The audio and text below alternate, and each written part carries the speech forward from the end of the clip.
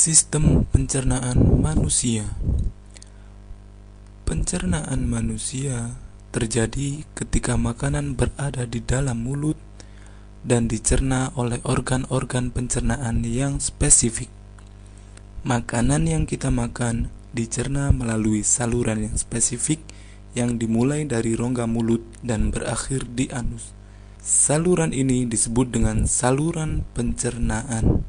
Saluran pencernaan terdiri dari buccal cavity atau rongga mulut, esophagus atau kerongkongan, stomach atau lambung, large intestine atau usus besar, small intestine atau usus halus, rektum, dan anus.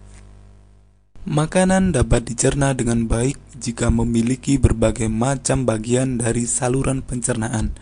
Mencerna makanan menggunakan sekresi dari kelenjar saliva, liver, dan pankreas yang berada di dalam organ pencernaan. Mulut dan rongga mulut. Proses memakan pada manusia terjadi di mulut. Proses ini disebut dengan mengunyah, yaitu mencerna makanan yang dibutuhkan di dalam mulut dengan sendirinya. Apa yang terjadi selama kegiatan tersebut? Makanan yang kita makan secara mekanik di mulut akan menjadi potongan-potongan makanan yang lebih kecil.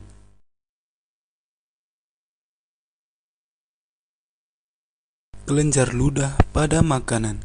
Selama proses mengunyah, makanan bercampur dengan saliva atau ludah. Saliva mensekresi dari kelenjar saliva yang terletak di depan telinga dan di antara kedua sisi apeks lidah. Saliva merubah amilum pada makanan menjadi gula dan juga melembutkan makanan. Lidah. Makanan dapat dideteksi oleh lidah, yaitu melalui saraf pengecap di lidah. Lidah merupakan jaringan otot perasa yang berada di bawah rongga mulut. Lidah bebas untuk berpindah arah dan menjulur ke depan.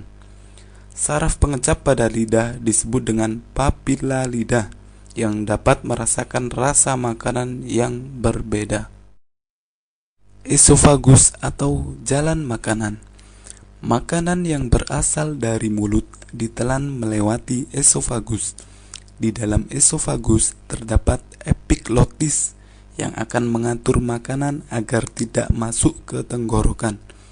Di dalam esofagus terdapat gerakan peristaltik yang mendorong dan meremas-remas makanan menuju lambung. Lambung. Lambung merupakan kantung berotot yang berdinding tebal.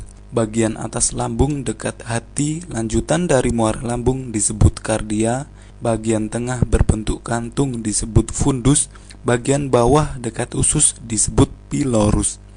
Di dalam lambung, makanan tercerna secara kimiawi. Makanan dihancurkan oleh getah lambung menjadi mukus. Getah lambung terdiri atas air, asam lambung atau asam klorida, serta enzim pencernaan yaitu pepsin, renin, dan lipase.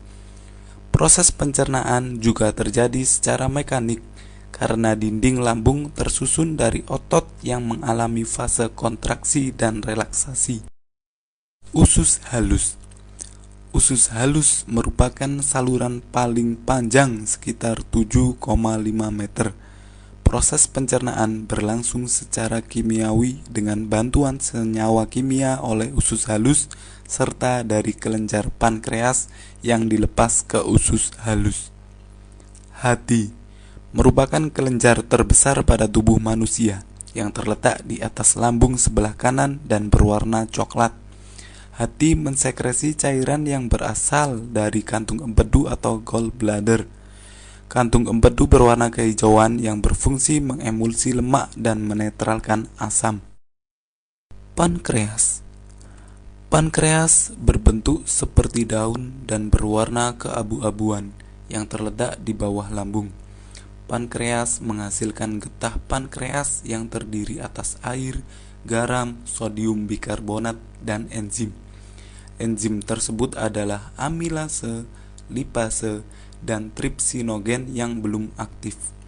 Amilase berperan mengubah zat tepung menjadi gula, lipase berperan mengubah lemak menjadi asam lemak, sedangkan tripsinogen berubah menjadi tripsin, dan tripsin mengubah protein menjadi peptid dan amino. Makanan yang telah dicerna siap untuk diedarkan oleh darah. Penyerapan sari-sari makanan berada di usus halus. Sari-sari makanan diserap oleh usus penyerapan atau ileum yang dilakukan oleh junjot usus atau villi yang menjadikan permukaan penyerapan menjadi luas. Villi tersusun oleh pembuluh darah, pembuluh limfa atau lakteal, dan sel epitelium. Zat-zat seperti asam amino, glukosa, vitamin, dan mineral diserap oleh pembuluh darah yang berada pada villi. Darah yang mengandung sari-sari makanan diedarkan menuju hati untuk disimpan, dan yang lainnya diedarkan ke seluruh tubuh. Proses ini disebut dengan penyerapan. Makanan yang tidak tercerna dan terserap menuju ke usus besar. Usus besar merupakan persambungan usus halus yang memiliki panjang sekitar 1,5 meter. Fungsi usus besar adalah mengontrol kadar air sisa makanan.